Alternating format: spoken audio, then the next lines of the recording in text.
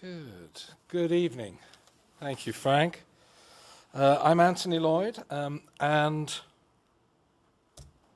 this is my business. Fallowfields is a 10-bedroom country house hotel with an outstanding restaurant, wine list, and service.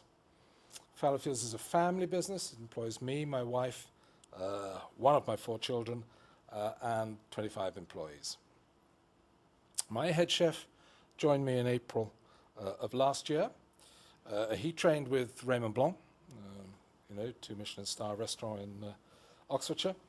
He then worked in New York for 3 years at Per Se, a 3 Michelin star restaurant. And then just before he joined me, he worked with a guy called Alan Murchison, one of whose Michelin star restaurants is Lauterland Reading, may or may not have heard of. And I say he joined me in April of last year. He is producing exquisite food. And I believe we're rapidly establishing ourselves as one of the leading restaurants in Oxfordshire and the surrounding counties. We're perfect for special occasions, that romantic dinner, meetings, retirement dinners, weddings, Sunday lunches, etc. The hotel is set in the midst of extensive grounds, about 12 acres in all, and this includes our farm, quite unique in a sense, and our farm supplies our chef with vegetables, fruit from the orchards, and some of our meat all year round. We also have a resident falconry on site with over 60 species of raptor, and these birds are flown several times during the day. The falconry is in fact TripAdvisor's #1 small visitor attraction in Oxfordshire, and we'll be in competition for Blenheim one day. We arrived, so my wife and I arrived in 1993 here in Oxfordshire, and we had a walled kitchen garden which was already well established. The following year we extended this to about 1.5 acres.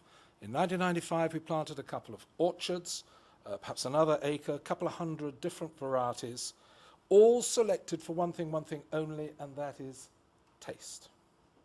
And therefore, by definition, not one of those varieties would be found on a supermarket shelves. In 2008, the farm was launched. We focus on rare breed and British native species. So we have a small herd of Dexter cattle, makes the most incredible beef, up to 60 Tamworth and Oxford Sandy and Black pigs, they're rare breeds, several hundred poultry, chickens, ducks, quail, that sort of thing. In summer, we can be 80% self-sufficient, and with my new team in both the kitchen and the restaurant, we were immediately awarded last November with 2 AA rosettes. Last week we were inspected, we're recommended for 3. 3 is food worth travelling for, 2 rosettes is culinary excellence, and Michelin star restaurants, generally speaking, at the top end of the 3 AA rosette category. So we're really producing some superb food. We'll be inspected several times more by the AA before they will actually confirm the award next year. Potentially, sometime in the future, Michelin, the Michelin person, will come calling. In fact, yesterday we learnt that Michelin had put us in this year's guide as Michelin recommended. So that puts us firmly on their radar for further accolades. Here is a quick sample of what you might see on our menu. This is a starter, hand-dyed scallops, fennel marmalade and orange glaze, and perhaps complemented with a Riesling Cabernet by Peter Mertes. Or, this is quite a simple dish, in fact. It was from our lunch menu earlier in the year.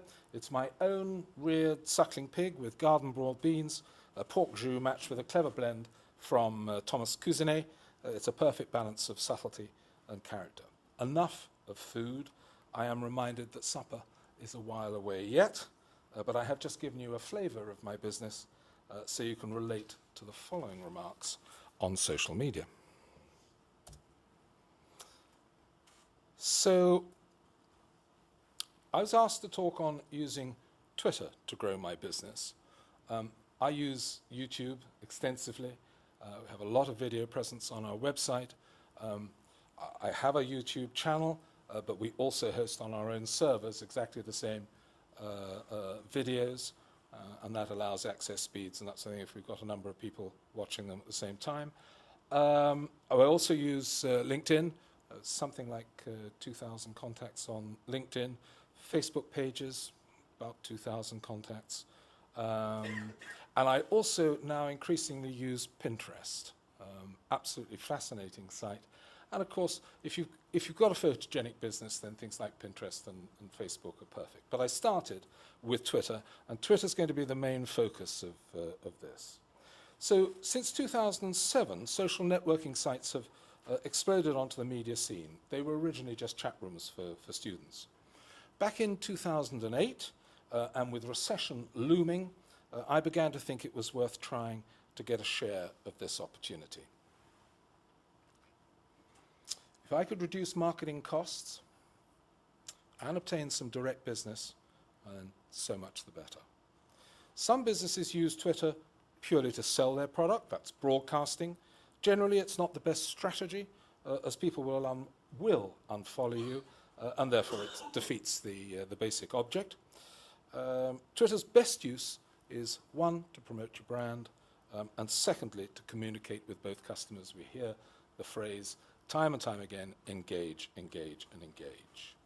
So that's what I think PR is all about. So I think of Twitter and social media generally as my PR agency.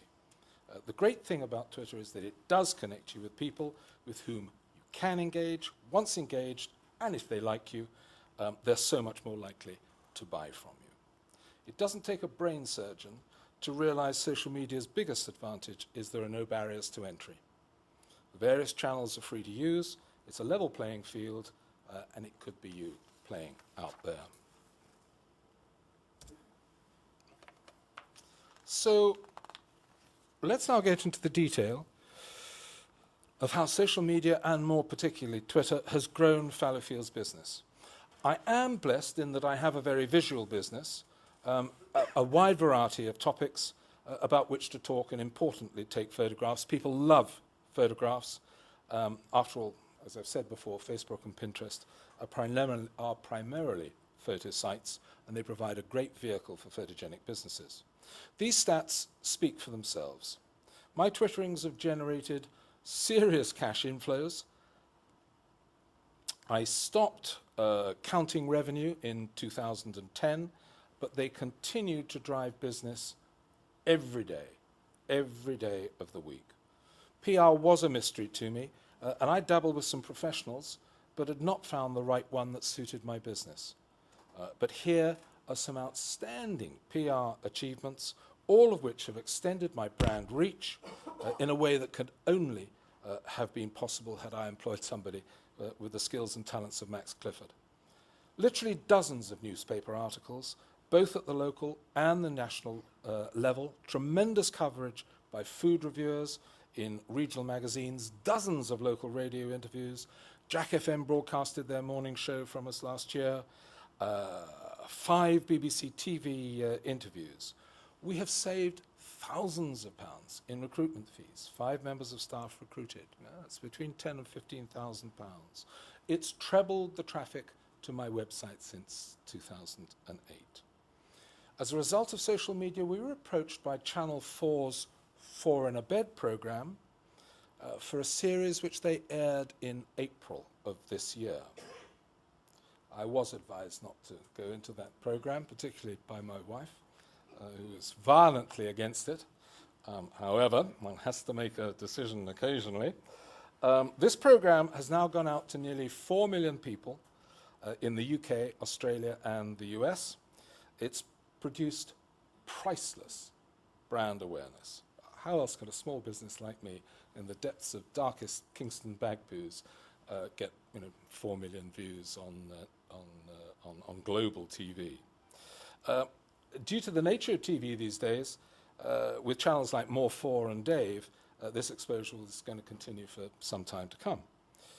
We were also approached to feature, again as a result of social media, in Channel 5's The Restaurant Inspector. That didn't come about, and it was a great shame, because I was hoping that that program would educate my bank manager in the challenges of launching a fine dining restaurant in the middle of recession. So if anyone has a spare 50K or so, you can write me a check and we can work together after this program. I've made innumerable contacts, making many friends and hundreds of acquaintances along the way. And these have helped us source product. For example, last week, we had some replacement double glazing done through our restaurant. We've sourced leaflet drops. This week, we've got 20,000 leaflets being distributed in Kensington and Chelsea. And we've sourced many, many other marketing products. Crowdsourcing is another tool for which social media is eminently suited. And to this end, we've looked for suggestions, for example, to name our restaurant, and we've run countless polls to obtain marketing information to help us forward think our strategy. In terms of increasing one's profile within the industry in which you work, social media is without equal. How else could I talk to the editors of my industry's standard magazine, Caterer and Hotel Keeper, contribute to the debate about the challenges in our industry? And the answer is, in the past, one couldn't. This is an amazing opportunity. So as a result, we get called to talk on social media to international hospitality audiences. Social media is an amazing vehicle to develop one's personal interests too. I happened to fly in Vulcan XH558 many years ago. She's now the last Vulcan flying in our skies. She was the very first, 558 was the very first Vulcan in my logbook. And it's such a privilege to talk to people, which I can do on social media, who've helped bring her back to life. It seemed to me, with a farm and fairly dependent on our orchard and the vegetables, it seemed to me that bees were a great way to increase the pollination of our vegetables and fruit. And a post on Twitter found 2 beekeepers willing to place hives at fallow fields, so our crops next year should be increased by as much as 20 to 30%. That's not a bad contribution to the bottom line. So I've covered a mere few of the benefits that social media can bring to a business like mine. So how does one start? Well, many of you are already there, but 3 quick tips if you like. It's listen. Listen at first, talk later. It's like any social event. You don't barge into the conversation, do you? Be interesting. If you've got to say good morning to everyone, then do it with a beautiful photo of the sunrise. If you're going to tweet about what you ate, link to something that your followers actually might find interesting, like a photograph of the menu of the restaurant that you're in, or a photograph of the food itself. So set goals. More about that later. What does my company want to do with this particular social media site? Do I want to improve customer service? Do I want to increase sales? Or do I want to market a new product? But set goals. This is said with the benefit of hindsight, more later. But I know you are thinking to yourselves, all of this will take up so much of my time. That's the first time I've seen it. Oh, yes, you can recognize it. That, by the way, is my grandfather's grandfather clock lurking in the corner. Is just a reference to time. Many of you may be put off by the amount of time you feel you need to put in, so what can I tell you to reassure you? Well, the short answer is, I can't. It has most certainly been a heavy workload. Initially, several hours a day, 2, 3, and sometimes 4 hours a day. But now I treat it just like any other communication channel, just like I treat my email.